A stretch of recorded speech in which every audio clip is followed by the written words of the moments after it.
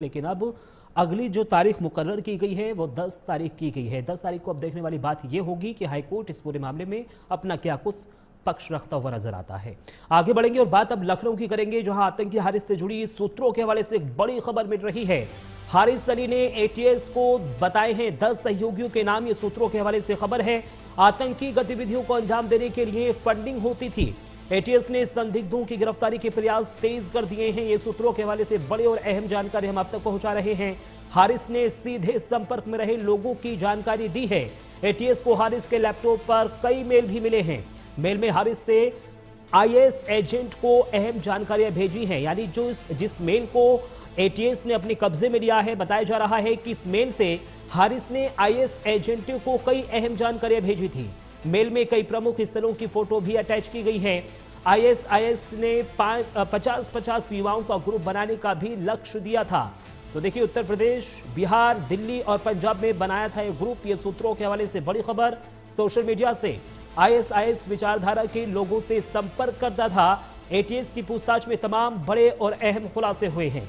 ATS ने पूछताछ के लिए हारिस को 5 दिन की रिमांड पर लिया था। रिमांड अवधि समाप्त होने पर अदालत में अब एटीएस की टीम हारिस को पेश करती हुई नजर आएगी। तो देखिए, तमाम बड़ी और अहम सबूत, तमाम जानकारियां एटीएस की ओर से लगातार यहां पर जुटाई जा रही हैं। एटीएस को हारिस के लैपटॉप पर कई मेल मिले हैं, जिसमें बताया जा रहा है कि हारिस ने आईएएस एजेंटों को अहम जानकारियां भेजी हैं। मेल में कई प्रमुख स्थलों की फोटो भी अटैच की गई है। 50-50 युवाओं का ग्रुप बनाने का लक्ष्य दिया था। ये हारिस से जब पूछताछ एटीएस की ओर से की गई है तो तमाम बड़े ये खुलासे हुए हैं।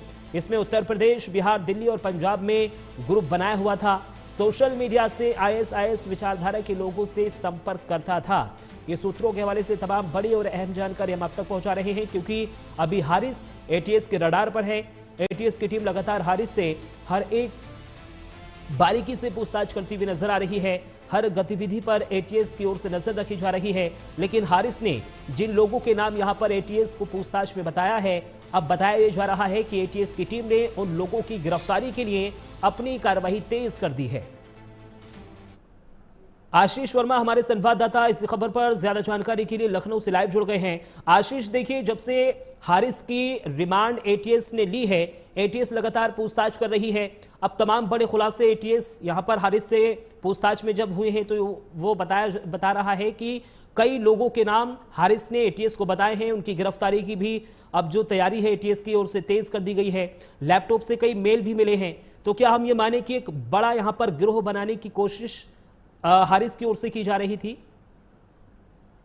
बिल्कुल, देखिए, जो हारिस है ये बेसिकली अगर देखा जाए तो इसकी गिरफ्तारी मुरादाबाद से हुई। मुरादाबाद मेडिकल कॉलेज का एक छात्र बताया जा रहा है जिस तरीके से इसकी गिरफ्तारी हुई है। और इसकी गिरफ्तारी के बाद एटीएस ने बाकायदा हारिस को रिमांड पर लिया था। रिमांड की जो तिथि है वो खत्म हो चुकी है। अब हारिस से जो पूछताछ में रिमांड के दौरान जो पूछताछ हुई है उसमें काफी बड़े खुलासे किए गए हैं। हारिस ने 10 लोगों के नाम ऐसे बताए हैं जिनके संपर्क में था हारिस, और हारिस बाकायदा ग्रुप भी चलाता था। हारिस 50-50 लोगों का एक ग्रुप भी था। उस ग्रुप में बाकायदा कई ऐसी जो गतिविधियां थी जिसको लेकर के एटीएस अब लगातार उन 10 लोगों की जांच कर रही है, उनकी गिरफ्तारी के लिए प्रयास कर रही है। दिल्ली हो, पंजाब हो, यहाँ तक कि हारिस का जो नेटवर्क है वो फैला हुआ था। हारिस के लैपटॉप भी जो बरामद हुआ है उसमें कई ऐसी जो मेल है जिसको लेकर के एटीएस डिकोड कर रही है। तो ये कहा जा सकता है आगे आने वाले समय में हारिस की गिरफ्तारी के बाद अब आगे आने वाले समय में और भी गिरफ्तारियां हो सकती है। जिस तरीके से एटीएस लगातार हारिस की गिरफ्तारी के जो खुलासे किए हैं अब उन पे काम कर रही है। अब देखना यही होगा कि एटीएस की रडार पर और कितने लोग आते हैं, क्योंकि देखिए ये एक कोई छोटा गैंग नहीं था, एक बड़ा गैंग था। जिस तरीके से मेडिकल के छात्र इसमें इन्वॉल्व थे। अभी आपने देखा होगा कि लखनऊ जिस तरीके से एटीएस की जो टीमें आई थी, लखनऊ आई थी, और लखनऊ में भी जो मेडिकल कॉलेज है उनके छात्रों की गिरफ्तारियां की गई थी। तो ऐसे में अब हारिस की जब गिरफ्तारी हुई है उसके बाद से ही अब जो हारिस ने जो पूछताछ के दौरान जिन 10 लोगों को नाम बताए हैं उनको गिरफ्तारी के लिए एटीएस प्रयास कर रही है। आशीष, देखिए, जिस मेल को हारिस की ओर से आईएस के लोगों को भेजा गया था, क्या, क्योंकि कहा जा रहा है कि कई जगहों के फोटो भी अटैच किए गए हैं इस मेल में, क्या कोई एटीएस की ओर से भी कोई ऐसी जानकारी दी गई है, कोई ऐसी जानकारी आपके पास कि कहां के फोटो अटैच किए गए थे? देखिए, अभी एटीएस ने जिस तरीके से हारिस को रिमांड पे लिया था, रिमांड के दौरान जो पूछताछ की गई है उससे ये खुलासे हुए हैं कि हारिस का जो नेटवर्क था वो कहाँ कहाँ फैला हुआ था।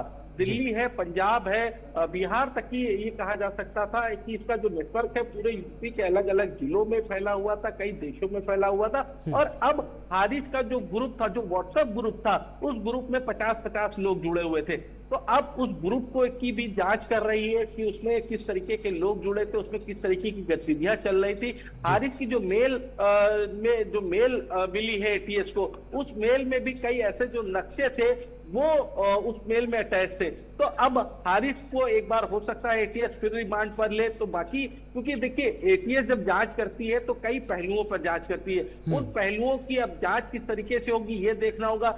हारिस से जो 10 लोगों के जो नाम मिले हैं उनसे उनकी गिरफ्तारी कब तक की होती है, उनसे पूछताछ कब तक की होती है ये देखना होगा, उनसे पूछताछ में क्या खुलासे होते हैं ये देखना होगा। तो एक बड़ा, ये कहा जा सकता है, एक बड़ा नेटवर्क चल रहा था मुरादाबाद में।